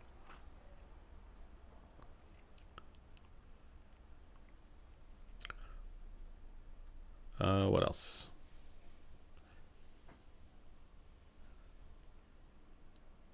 Two more questions, guys. Let's get the spicy takes. I know this might sound like a stupid question, but how can you achieve natural sound in headphones? Um, yeah. Oh, something happened. I don't know why that happened. We're still good. I think we're still good. How to achieve natural sound in headphones. So, the best way I can describe that is by saying if your headphone achieves a tonal balance such that there is good balance between fundamental tones and their resonant harmonics for the music that you're listening, for the instruments that you're listening to, in the recordings that you're listening to, it will sound natural. Now, how to do that is pretty tricky, but that's why we have reference curves. That's why we have reference. That's why we have targets. Whether it's, well, either HRTFs or something like Harman, right, which with a preference tilt applied. That is a good indicator of what a good balance for fundamental and harmonics is. Because, we have ears.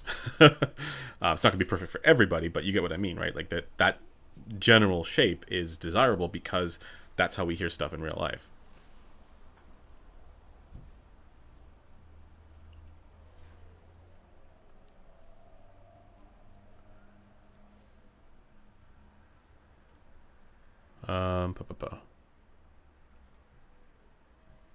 Are you share your findings with us? Yes, that's the whole goal, is to make a series of videos on headphone development and what kind of goes into tuning a headphone, because and all the rest of the stuff as well, but specifically the tuning aspect, because a lot of the time people will just say, well, why didn't they just make the frequency response like that, and that's not like it's not always that easy. And so the goal here is to try and shine a little bit of light on that, and kind of what goes into that.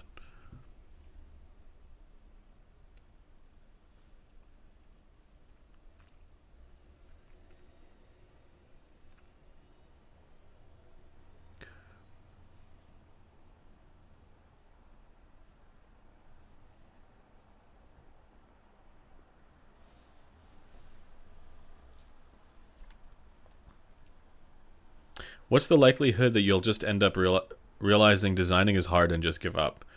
Medium. Like I said, so I find this stuff just generally fascinating. I'm just very interested in how transducers work in general. And I always have been. It's always been like one of the most interesting parts of just this stuff in general. And it's like, wow, like especially when you find something that's like really, really good, and you're like, damn, this is like such a dope experience.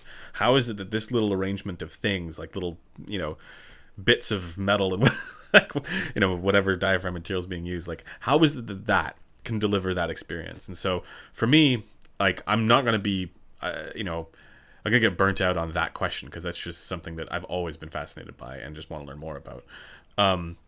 But at the same time, if there's entirely a possibility that this runs up against a wall with being able to achieve the kind of sound quality that I'm after. I will say right now, where things are at with this current iteration, the frequency response, like the general tuning, is pretty close to ideal. Like it's not far off. But at the same time, I still want it to be more. I still want it to be more intense. I'm looking for something that is hard to define from a frequency response and tonal balance perspective, and I think in the best case scenario, I sort of figure out what it is that difference, or maybe I won't be able to figure it out in frequency response or any measurable results, but I'll be able to say, okay, changing this parameter made a meaningful difference for these qualities that I'm after, and then at the very least we can look at those parameters in other headphones and go, okay, this correlates, or it doesn't, right? Maybe it doesn't, and that kind of throws everything into question again. But like, it gives us something else to look at potentially.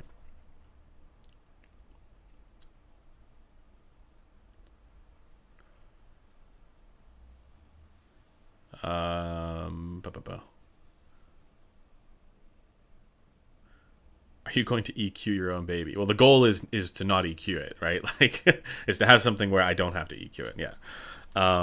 and as I was saying, like I'm pretty close already with the tuning, but it's not the thing that I still want it to be more intense. Yeah, I'm like I've got something that right now it sounds generally just pleasant. It sounds really nice, but it does not sound intense enough for me, and so I'm like as we do further research on this, it's like, okay, what is it that makes things sound more intense? In the ways that I like, right? I define them personally for my, differently, but like it's just generally speaking, the things that I'm looking for in sound quality, I'm trying to get a little closer to that. Even though it's funny because like this current iteration, as soon as we moved to this iteration from one of the previous designs, I was like, oh shit, this actually this did sound more detailed than the previous iteration, even though the tonal balance was basically the same or very close. And so it was like, wow, there's something here. Suddenly things got really interesting. And so, well, actually it's not the current iteration, but it's like the one that I currently have here. So, but we still need more. I still need to go. So I'll do another video on like the next things that we're sort of exploring here. And then another big thing is going to be pad development and how we figure that out. Right now, I'm just putting on pads that exist that I have from other different sources, right? Just like I've got some brainwaves pads and stuff like that. I'm just like throwing on there to try out. But then I'm also going to be I'm going to need to develop custom pads for this as well. So we'll need to figure that out.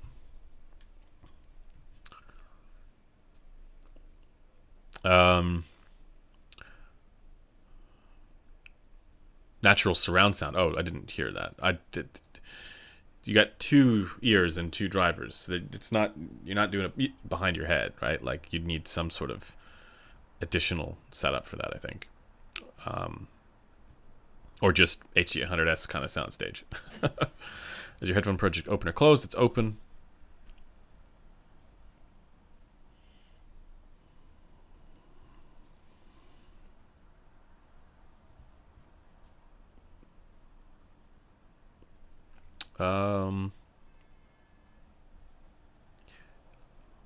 Natural surround sound is more of a binaural thing. Yeah. You could. There are ways to do it, but with headphones, it's like not without some sort of trickery. Nice, because on Reddit, people have been talking about how you would create a product. I always interpret this as an experiment to gain knowledge. That's exactly what this is. This is like, if this is something that I can bring to market and like have people be able to buy, that is a bonus. I have to say this as clearly as possible. I will not receive any monetary incentives or any kickbacks or anything. That's not how that works. Because this is not built with profitability in mind, or this whole project is not aimed at profitability. This project is aimed at research and then sharing that on the channel and what we're doing, right? To try and kind of help bring some of that information about how headphones are tuned and how headphones are designed to the public knowledge.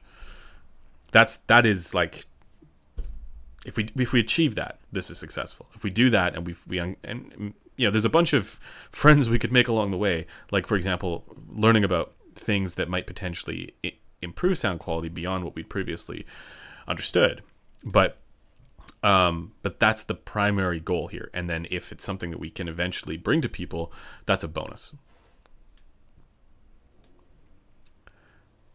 Is the frequency response target you are trying to achieve for your headphones based on other reviewers as well? Because some other reviewers have different tastes. Yeah, so what we'll do is I'm going to be sending this out to the reviewers on our team, because we all have different preferences as well. DMS likes different things from what I like, and Chrono likes different things, and Precog as well. So we'll send it out, see what they think, get their feedback. I'm particularly interested in what their feedback is for the subjective stuff, the technical performance. But beyond that, we'll then also, eventually send this out to other people. I'll probably send it to Kryn. I don't know, maybe Bad Seed Tech, or just some other people who are might be interested. That's really everything.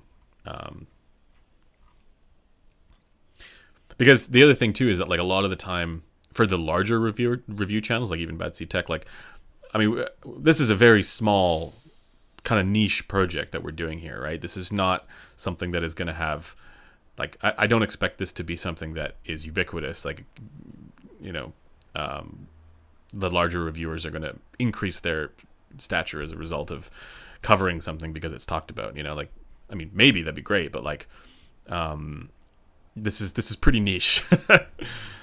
Josh, yeah, maybe we'll send it to Josh Fowler as well. I don't see why we wouldn't, right? Like, there's a whole bunch of people who we could send it to. I'll send it to Metal571, of course. But yeah, I'll wait until I have a further iteration on this, because in some ways it's like I want to have something that isn't just 3D printed. Want to have like a proper, an actual tangible headphone there that I can send to people. And because it's amazing how much the visual and the mechanical influences like the general like sentiment towards things, disregarding how they sound, right? It's funny because like I took when I was initially starting this, I take photos of like drivers, and I'd be, you know, like showing people who knew I was doing this, and I was so excited. I was like, look, we got this driver, it's working and it makes sound. I was so excited about that. You know, because these are custom designs, and you know, I got like, yeah, it makes sound. There's music is playing from this. I was so excited, but that didn't matter to most people. They're like, oh, anyone who I was sharing it with, they're like, eh. And then when I finally had it in like in 3D printed cups in like headphone form, it was like, oh wow, that's dope. So it's amazing how that has an effect on people's excitement, and it's different from mine.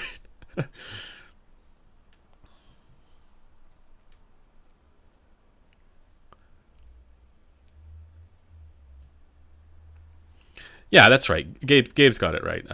You know, there might be some unique things that we're doing here that we end up doing with this design, because there are things that we learn as a result of doing this research. But the goal here isn't to completely reinvent the wheel, right? We want to make something that is just generally great. Like, and there are already lots of generally great headphones out there. So, you know, it's not something where I'm reminded of what that guy from Caldas, the Altiet guy in India. I'm reminded of what he said about, you know, he's like, yeah, this is not anything super unique. We just think it's fair for the price, and we achieve a target that most people will like, sound quality most people like, and like that sort of forthcomingness is like, it's inspiring. Now we are doing a custom driver here. I'm not sure he did a custom driver, but so maybe there's some differences. And I think, if anything, the novel things that we might be doing is like trying to achieve a bass shelf in an open back planar. I don't know how many other planars are doing that, but you know, that's not something that is like a totally new thing, right? This is all of this stuff is already technically exists, you know, in the wild and other headphones. So the only thing that might be unique, a little more unique, is the tuning that I end up going for. Please send the headphone to Amir. If it becomes something that's commercially available, if it's actually like a product that people can buy, potentially. The funny thing is that based on how it is right now, I think you'd probably give it a positive review. Probably, but you never know with that guy.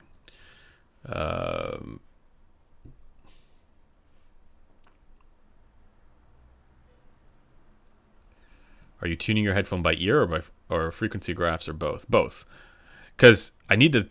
So that for the tuning, as I was saying, we're very close. This is actually very pleasant to listen to, but subjectively I want more.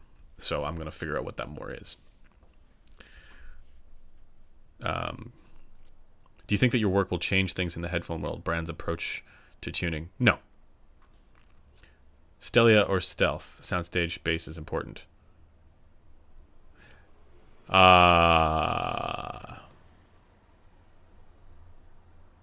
Shoot. I don't know.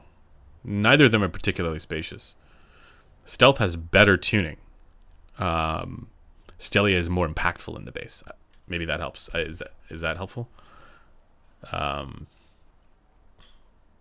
Stelia is more about punch. Stealth is more about tonal balance, but it's not like the Stelia is bad in that regard either. It's just the strengths are different.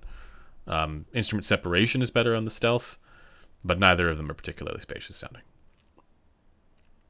Hard to do in a close back headphone.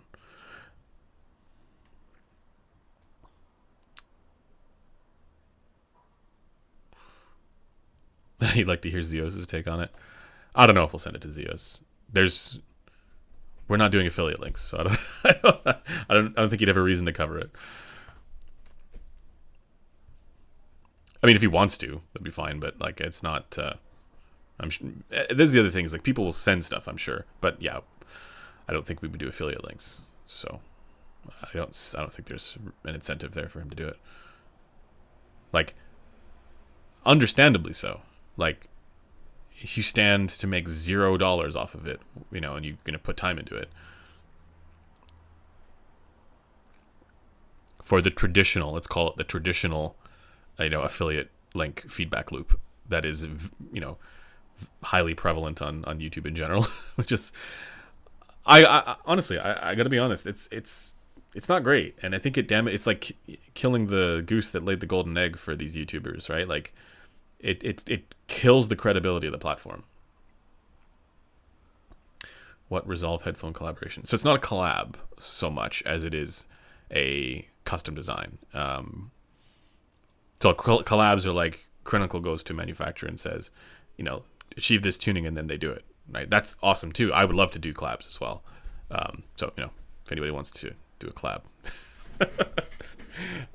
no, I would love to do collabs. That would be a way to like actually get something that you could be confident is going to be commercially viable and make it to market.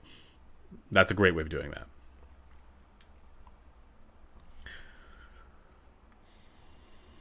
Once you finalize the tuning of the headphones, will you still EQ them? No, I won't. But you could. Can you show us the headphone now, please? It doesn't exist yet. The drivers exist, and I have it in this setup, but I can't show you this right now because it has a different headband on it.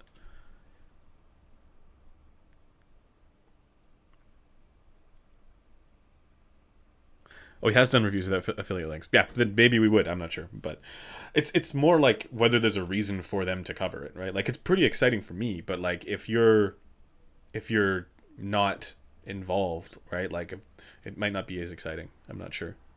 If it's something that people talk, if it's great and it's something people talk about and it becomes available, sure, then other people, I'm sure we'll have other people reviewing it, and even people will like probably buy it and send it around, right? Like, that happens,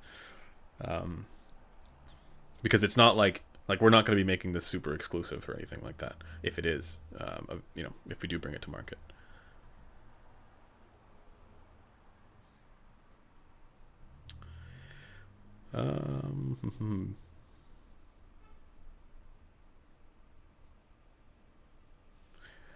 Yeah, I suppose I could take the cups off here, but no, then I have to put them back on. Any take on the recent KZ controversy? Not really. I mean, my take is that there's a controversy. I don't really blame Kryn for that. He really just tries to get the tuning to be what it is, right? But it was nice to see him sort of distance himself from KZ and say, yeah, and call him out for that situation.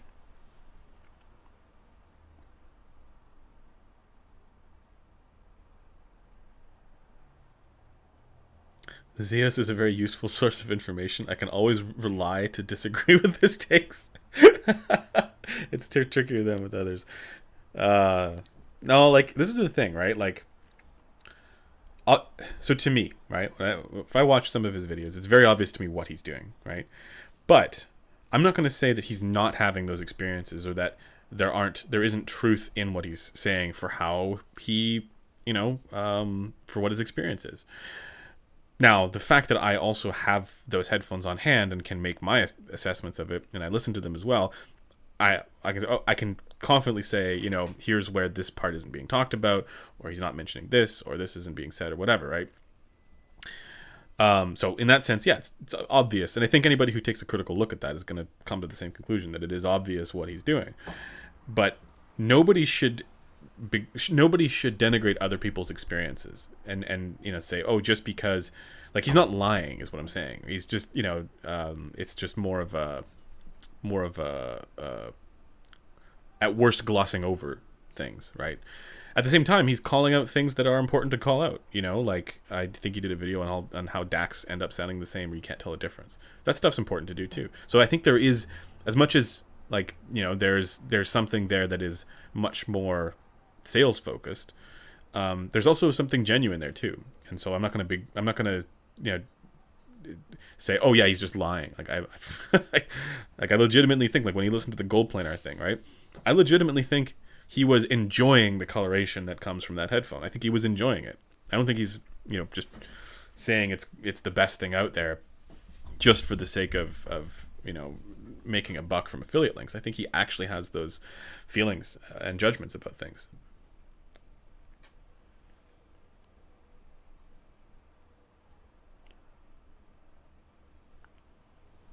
I have no idea what the IMR Acoustics Event Horizon is, but that's a cool name.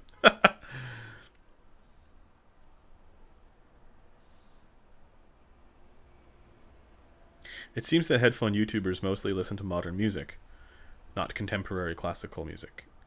Modern pop, soul, rap songs, maybe rock, maybe folk. What genre do you never listen to? Okay, I I'll tell you what I do like. My preferences are, jazz, acoustic, some classical, maybe like music with instruments, but in particular acoustic instruments. I don't really like folk that much. It depends on how you define that. But yeah, music with instruments, but usually jazz is my preference. So I listen to a lot of like you know Scandinavian or European jazz, like Esbjørn Svensson Trio and stuff like that. But that doesn't mean I don't listen to other genres too. I also listen to I like rock, I like metal, I like you know there's even times when I listen to electronic music, some pop. I like, I think Lady Gaga is extremely talented. Someone can clip that, but Stephanie Germanotta is a very talented singer, as is Michael Bublé. Right? I think these are very talented musicians. Say what you want about whatever music production and that industry, and all that stuff. When they perform with I think Lady Gaga did something with Tony Bennett, and it was more of a jazz thing, and it was like these are all classic jazz songs, and it's like, wow, she's a really good singer, right? So that's what I'm talking about. They're very good. So I do listen to that stuff as well.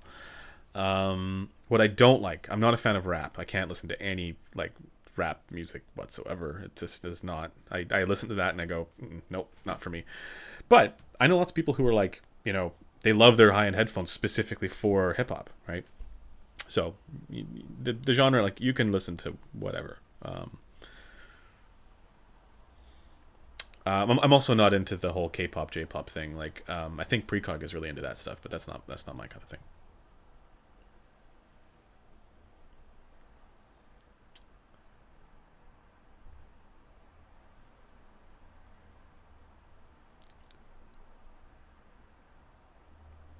I almost always disagree with Kryn. I've listened to about 100 headphones, or maybe 15 of them, and I would put them in the same place his tier list has.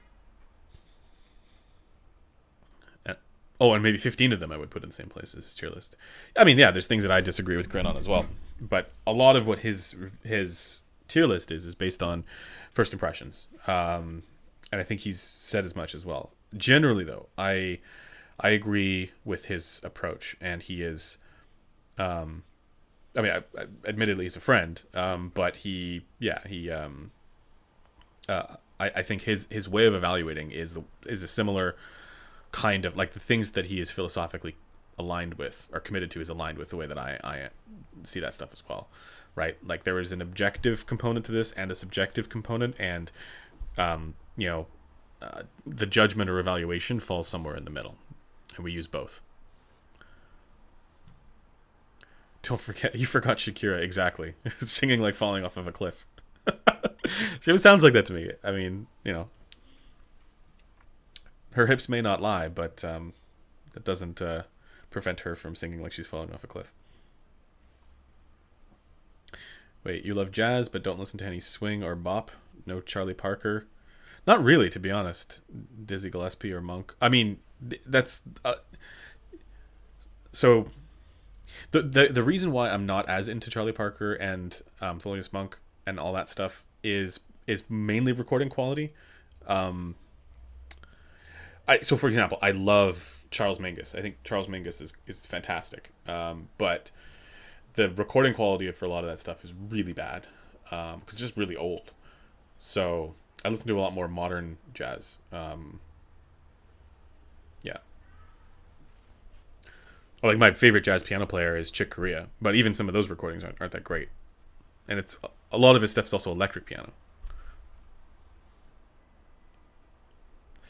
Metal571 is a good reviewer. Miss his funny laugh. Yes, he is.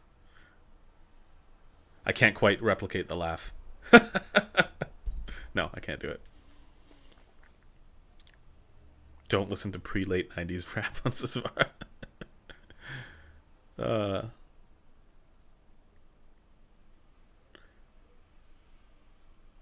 Tingval Trio is amazing.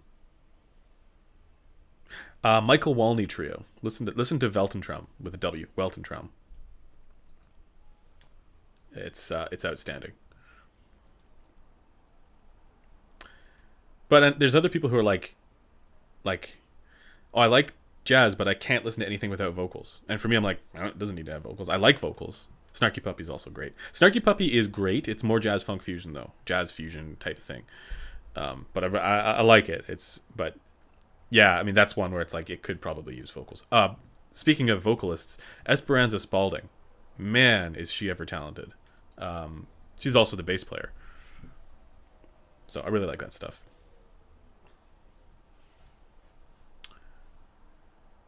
How much importance are you giving to aesthetics in the headphone design?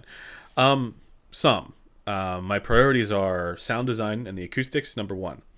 Number two is going to be the mechanical design and the comfort, so the ergonomics of the whole thing. Number three, there was a third one before aesthetics. Oh yeah, the third one is going to be more to do with like making sure that like you can actually it's actually usable for most people. Because I mean it's as I mentioned earlier, like it's going to need an amplifier, but there are some designs where it's like you need a massive, super powerful, ridiculous amplifier, and like right now I think we're a little too far there. Like it's a little too power hungry. So usability is going to be that, and then the aesthetics is probably number four. Oh, sorry, and also in number two, I guess, is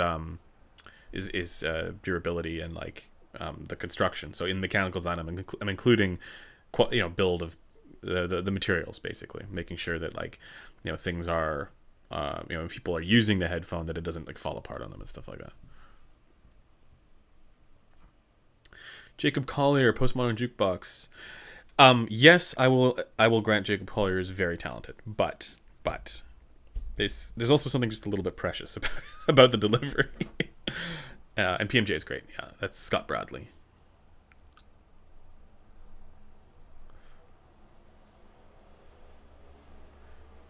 HE6 SEV2 needs less EQ than 99% of all headphones, but it still improved by it. Yeah.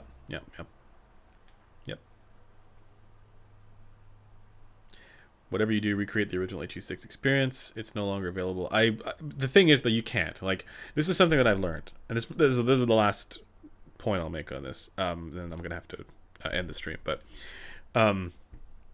the probably the most significant learning that I've gotten so far out of doing this is that whatever design that you have for a transducer,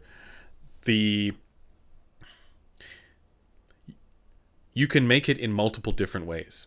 So there are, for example, there are many different kinds of PET. There are many different kinds of, say the diaphragm material is whatever, right? Whatever the material is, there are many different versions of that material with different thicknesses and different, like there's so many different things that can go into that. So actually recreating that, I think, is nearly impossible.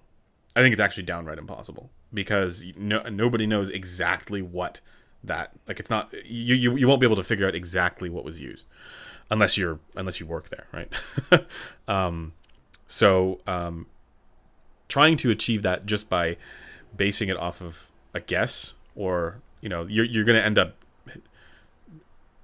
making way more iterations than I think anybody would be comfortable with. So as much as, yes, I love the HE6, the original HE6, I don't think it's realistic to try and recreate that.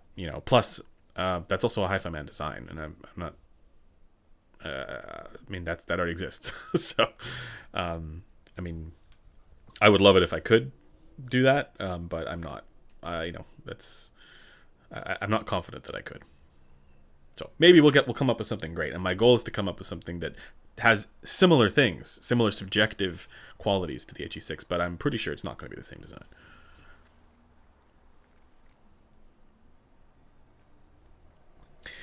I think the reason the HE6 does what it does is because of how thick the diaphragm is compared to basically all other planars. I tried. So that's one of the parameters that we're going to be testing here, is the effective diaphragm thickness. But so far it has not. So far that has not been the factor, right? Like if you look at the resonance frequencies on all the HE6s, it's ridiculously low on all of them, like the HE6 SE, HE6 SE V2, and the original HE6. I think it's actually lowest on the HE6 SE. But those other two don't slam as hard as the original HE6. They're not as dynamic. They're not as impactful. So something changed.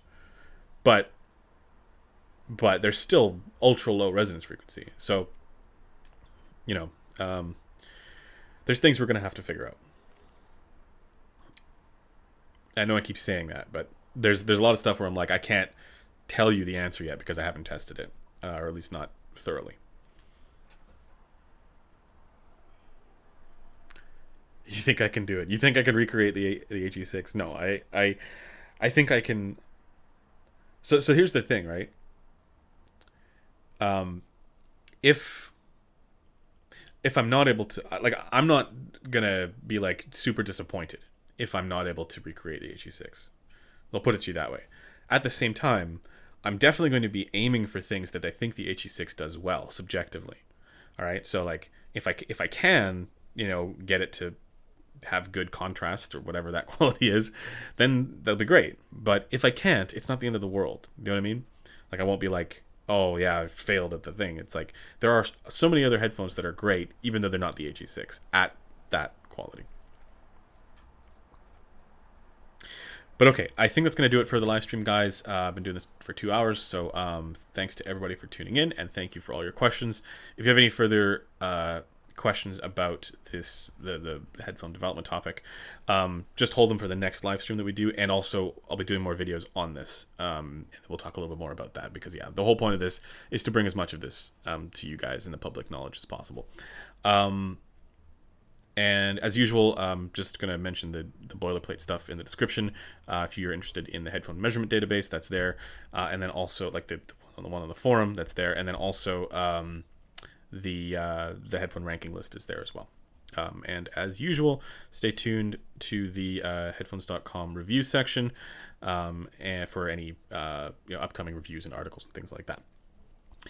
But okay, I will talk to you guys in the next video. Have a good weekend.